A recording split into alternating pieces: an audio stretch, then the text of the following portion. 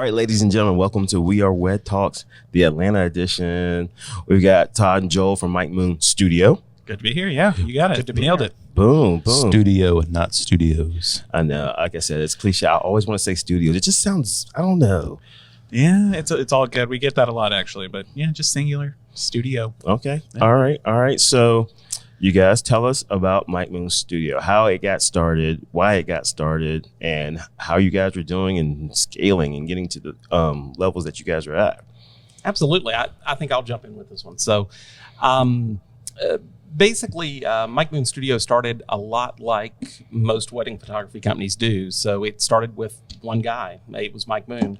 And so he had it for 10 years or so by himself. And it was just like a typical, solar wedding photographer. He did everything. So he had another job at the time, ran a commercial studio, that sort of thing, and did this on the side. And so I came in, I met him, and decided that there was something here we could do a little different. I'm more of the business side. Todd here is more of the creative. And so came in, took a look at things and said, you know what, I think we can scale this. I think we can make this bigger than what it is. And so bought half of the company then. A couple of years ago, I bought the rest of it. And we've just been scaling from there.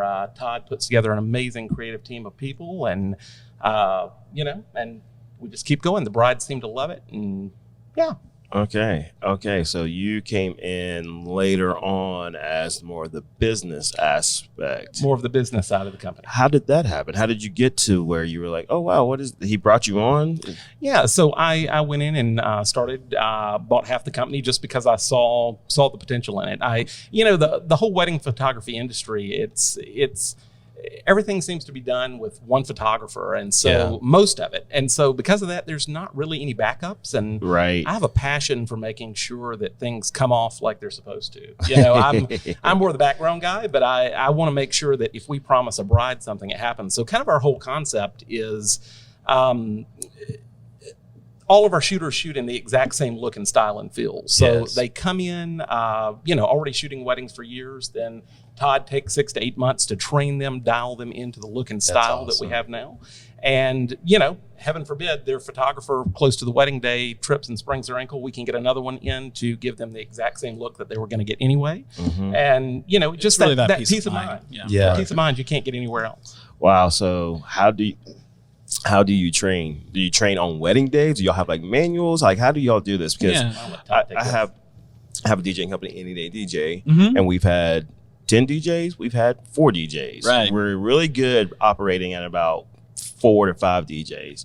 I would like to scale, but it's like, how do you train on wedding day? Do y'all do style shoots to train them on? Like, how do you do that? Yeah, so it's a process and it's obviously always evolving, but every photographer that comes on board with us, they start out as an assistant. So whether they have a lot of flash experience or wedding experience, everyone starts the same way. So you have to go and work as an assistant for at least 2 or 3 weddings to kind of get the flow of the day, see how we work as a team, because we are a team from the studio to the wedding day. So they have to be able to show that. We kind of get a good gauge of their personality, how they're interacting with our team. Super important.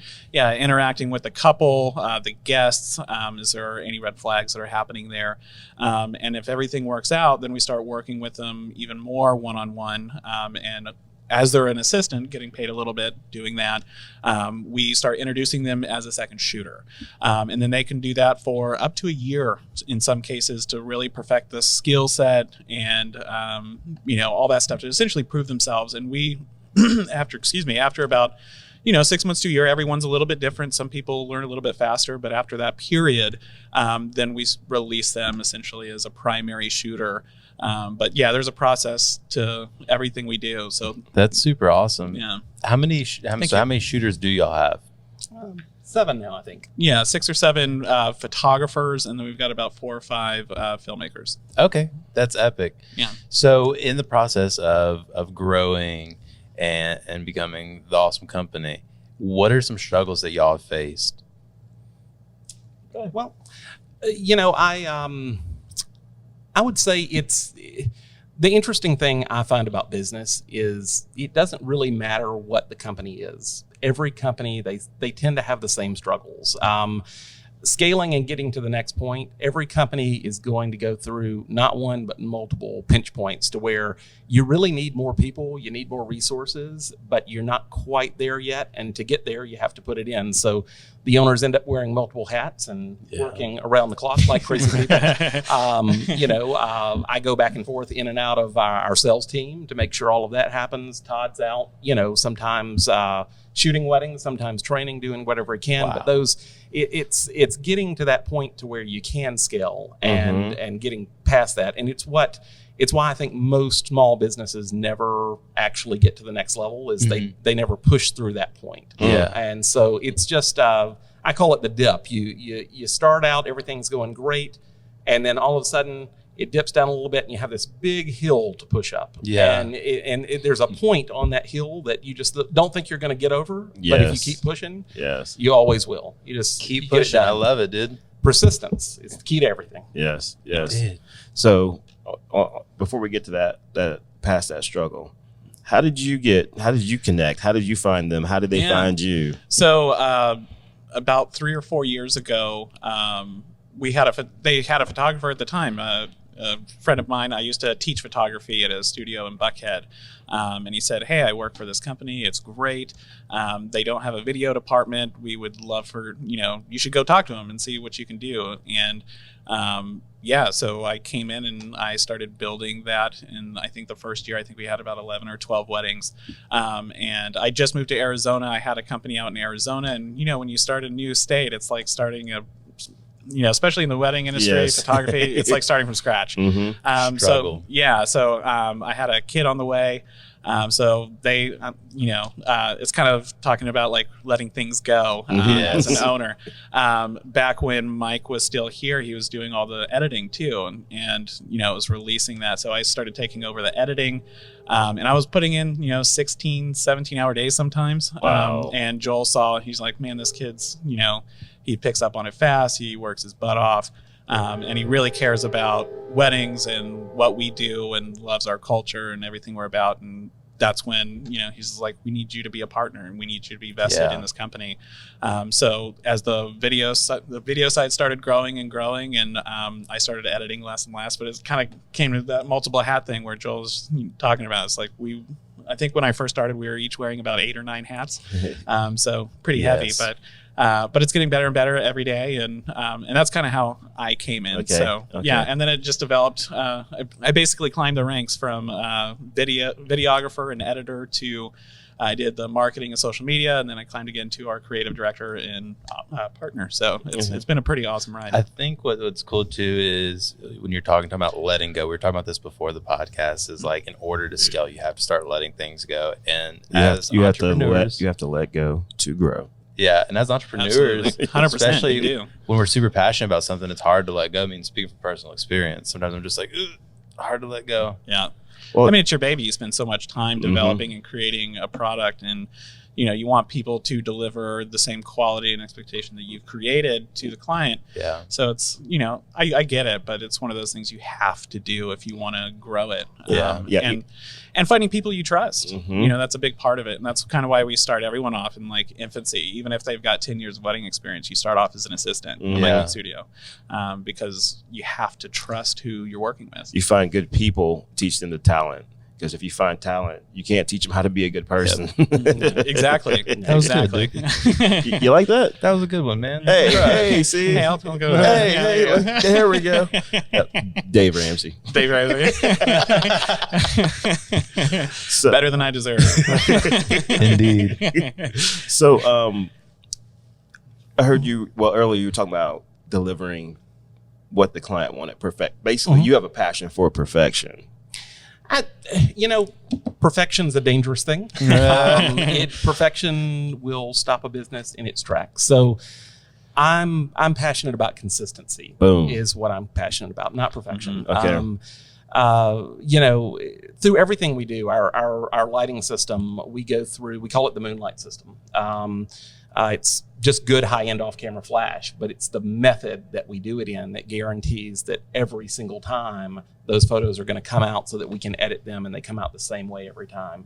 And that's what our brides want. They want to see, that they're getting what's on our website, and they do. Their photos look exactly like what's on the website. And that's so awesome. That I have a passion for that, and also a passion for just making sure that a lot of things that happened to me when I got married didn't happen to another bride. Like for instance, or bride or groom, when I got married, it took me 7 months to get my photos back. I thought that was crazy. I still think it's not that's unusual. Crazy. No, it's not unusual at all. Wow. So at WED because we have an editing team that's trained the same way. That's all they do. We deliver photos in 14 days. Wow. Guaranteed every time. We've missed that deadline by 1 day, I think twice in the history of the company. So and we always call ahead, but a lot of times you can get your wedding as soon as like 3 or 4 days after the day. So you'd be on your honeymoon and view your whole wedding, which is pretty spectacular. Cow. Yeah. That's a big deal for everybody listening. Yeah. If you're not a photographer or a videographer, that's a big deal. I'm not a photographer or videographer, but I have been in the wedding industry for 10, 11 years, and I hear tons of horror stories. I've heard years. You heard mine? Mine? Oh, yes. Mine. So we got married in 2004, and wife went a little bit. She could have got a more high-end photographer, didn't. She was great. We got like the little stills. Everything wasn't digital 2004. But Hurricane Ivan hit, and the photographer lost everything. I've heard several stories like that. And so the little stills had her like copyright, so we had to wait for her copyright to expire before we can get our picture. That was like 10 years. Goodness gracious. Yes. So do your homework, hire somebody of quality. They don't have to be the most expensive, but they have to be quality. Do your homework. And kind of going with the photos too. I mean, even with our video, I mean, we have video editors and they edit all in the same style. So wow. Our turnaround for that is guaranteed 6 weeks, which it's not unheard of. But it's one of those things where it's that consistency that Joel's talking about, where consistently 14 days or less for photos, 6 weeks or less for video. Wow. And because I mean, you're going off the high of like one of the most important days of your life, and you don't want to wait 3 to 6 months to see your stuff. You want to be able to like see it, share it, especially for people. I've gotten the sorry. I always have like this bad habit to like lean way back, and then Rame's like, get close. We can get really close in here. Yeah. Circle of trust. What were we talking about before? Velociraptors. And velociraptors. There was one in the corner. So that's whenever I captured a velociraptor. And that's what I take to weddings now. That's your second shooter. Yeah, that's my second shooter. He's the only second shooter you trust. He's like, hey, how do you feel about coming up to Atlanta? We'll fill your open dates. What's your turnaround time? So right now, because we just kind of got back into wedding season on video, we just delivered a photo wedding, and I'm wanting to say it was 20 days for that. It's and so last season, our max for photo and video was 45 days. And that was at like the busiest peak. And so like 45 days for us, like if I even get close to that, I'm like, go into like panic mode. Yeah. Well, it's like you said, it's besides having children, it's the most important day of their lives. And we met a bride this past summer, and she hired a super awesome videographer, and it was a lot of money. She told us all about it. And she's like, oh yeah, it'll be like 9 months before I get my video back. We're like, I mean, why would you even want to watch it then? I mean, it's over. It's crazy. I've been in consultations with some of like the wedding planners we work with, and they're like, he's amazing. He gets it back to you within like 30 days. And I'm just like, isn't that kind of like a standard to get it back to them quick? Like they don't want to wait. Like, and like two for me, but like it's not. Unfortunately, it's not. Wow. But like for me, like I'm so jazzed after the wedding because I love weddings. So I get home and I'm like, yes, I want to like edit this. I want to get it done. So 100%. 100%. So your favorite part is delivering consistency. I definitely have a passion for that, and the other passion I have too is I really do have a passion for seeing artists get to where they can make a good income. And you take a really good photographer.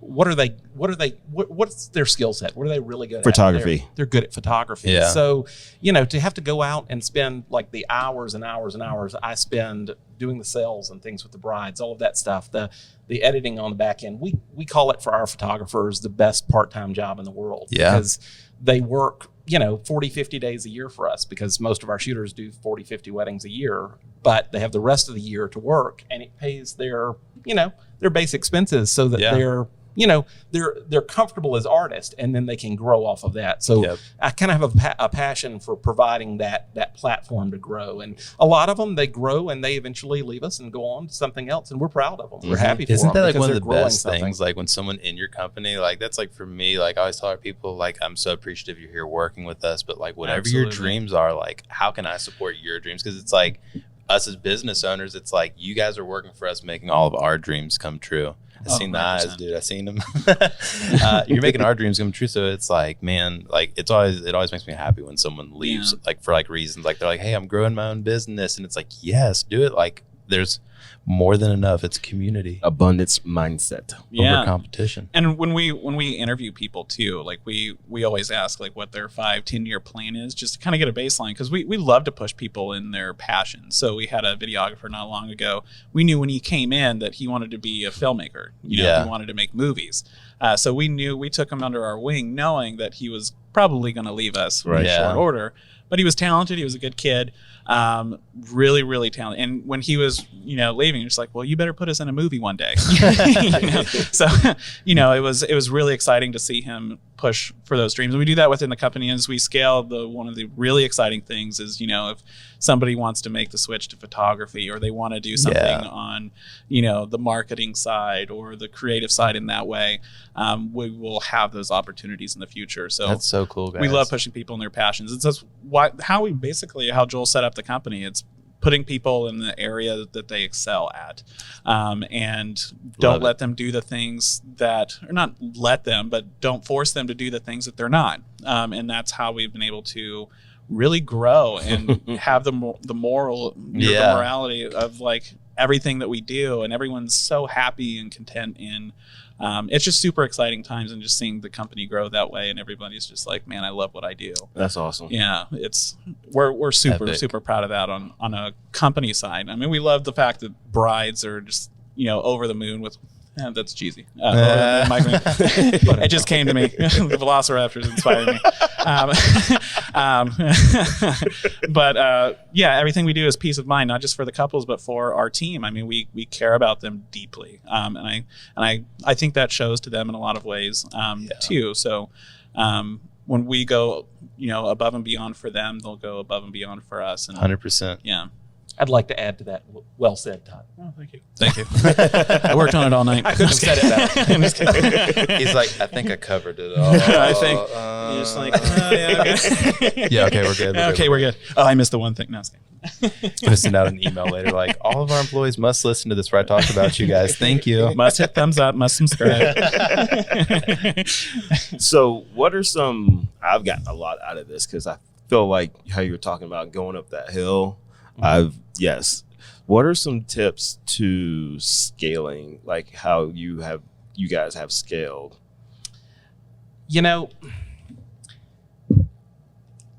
It really comes down to taking leaps. And a lot of people think that it's one leap, but it's really not. It's a series of leaps. And to get to the next level, you're never fully comfortable when it's time to take that leap. And it may be hiring a full-time salesperson. It may be hiring that third editor that you don't quite have enough work for yet, but you need to have the capacity, and you're not sure if you want to do it.